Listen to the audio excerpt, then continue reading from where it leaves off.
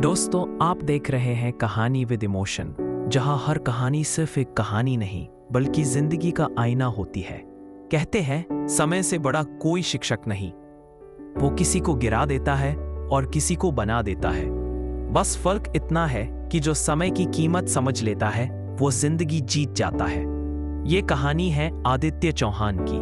दिल्ली का एक आम सा लड़का, इंजीनियर था, सपनों से भरा, महत्वाकांक्षाओं से लबालब। पर एक कमी थी, वो हमेशा सोचता था कि उसको पास बहुत समय है। सुबह देर से उठना, ऑफिस में देर से पहुंचना, मीटिंग्स में बहाने बनाना और सबसे आम डायलॉग, भाई टाइम नहीं है।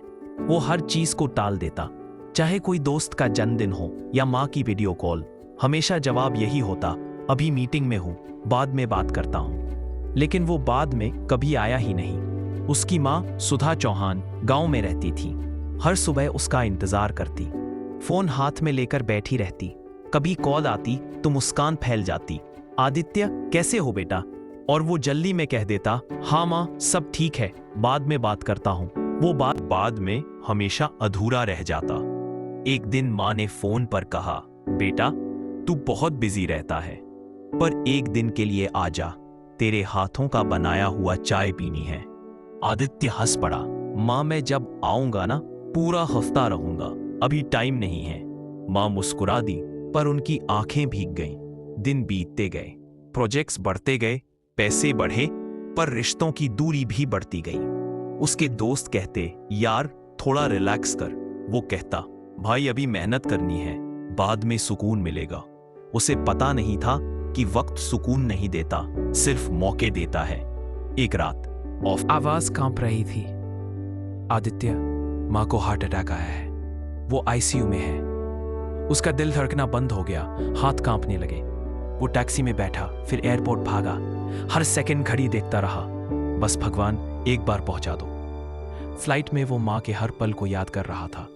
वो बचपन के दिन जब माँ स्कूल के बाहर खड़ी रहती थी, लंच बॉक्स में उसके पसंदीदा आलू के पराठे रखती थी। वो रातें जब बुखार में माथा सहलाती थी।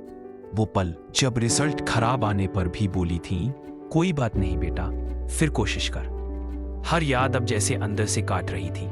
जब वो अस्पताल पहुंचा, सब कुछ शांत था। आईसीयू के बाहर एक ठंडी हवा चली। बहन बाहर बैठी थी, आंखों से आंसू सूख चुके थे। भाई माँ चली गई। वो शब्द सुनकर जैसे जमीन खिसक गई। वो अंदर गया, माँ शांत पड़ी थी, चेहरे पर वही मुस्कान थी जैसे अब भी कह रही हो, तू आ गया बेटा। उनके हाथ में एक कागज था, पुरानी चिट्ठी। उसमें लिखा था, बेटा जब तू आएगा तो तेरे लिए तेरे पसंद के पराठे बनाऊंगी, जल्दी आना, बहुत दिन हो गए। आदित्य वहीं बैठ गया।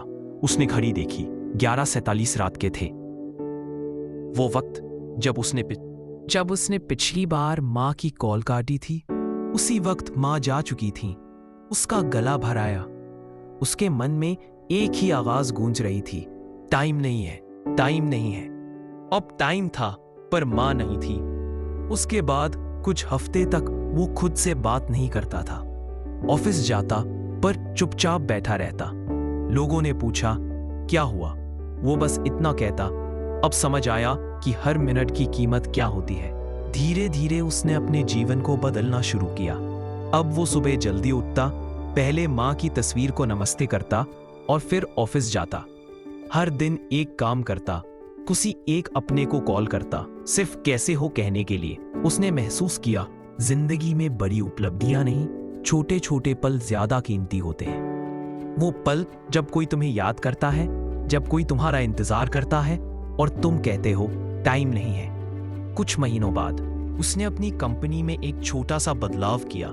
हर शुक्रवार सभी कर्मचारियों को 2 घंटे पहले जाने की अनुमति दी।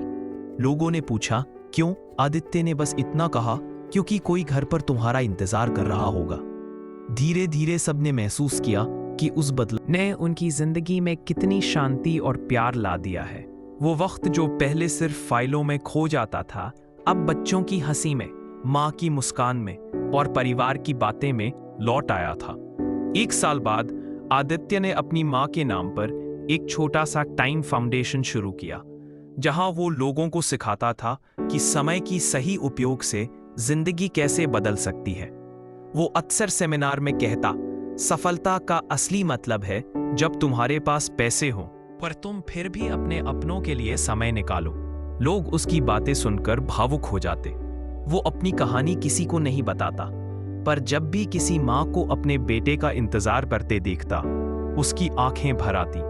एक दिन वो फिर उसी गांव पहुंचा जहां उसकी माँ रहती थी। वो पुराना घर अब खाली था। दीवारों पर पुरानी तस्वीरें और माँ की मुस्कान अब भी फ्रेम में कैद थी। वो कमरे में गया जहां माँ बैठकर सिलाई करती। टेबल पर वही पुराना कपड़ा पड़ा था जिसे उन्होंने आखिरी बार सीना शुरू किया था। उसमें धीरे से उस कपड़े को उठाया, माथे से लगाया और कहा, माँ, अब मैं समय की कीमत जान गया हूँ। हवा चली और खिड़की की पर्दों के बीच से सूरज की हल्की किरण आई, जैसे माँ मुस्कुरा रही हो। दोस्तों, हम सबके पास एक आदित्य छिपा है। हम सब कहते हैं अभी टाइम नहीं है, लेकिन सच ये है कि समय कभी रुकता नहीं, बस निकल जाता है, धीरे धीरे, चुपचाप, और फिर हम पछताते हैं। कभी सोचो, वो आखिरी कॉल जो तुमने काट दी, वो दोस्त जिससे बात अधूरी रह गई, वो माँ जिसकी फोटो देखकर भी बाद में कहा, क्या वक्त वापस आएगा? नहीं। इसलिए आज से हर दिन किसी अपने के लिए जरूर निकालो, क्योंकि जब वो पल निकल जाते हैं तो हमें एहसास होता है कि वो टाइम नहीं, हमारी जिंदगी का सबसे कीमती हिस्सा था। अगर ये कहानी आपके दिल तक पहुंची हो तो इसे शेयर करना मत भूलिए। शायद कोई और भी है जो आज टाइम नहीं है कहकर कल को खो रहा है। आप देख रहे थे कहानी विद इमोशन, जहां हर कहानी एक एहसास है।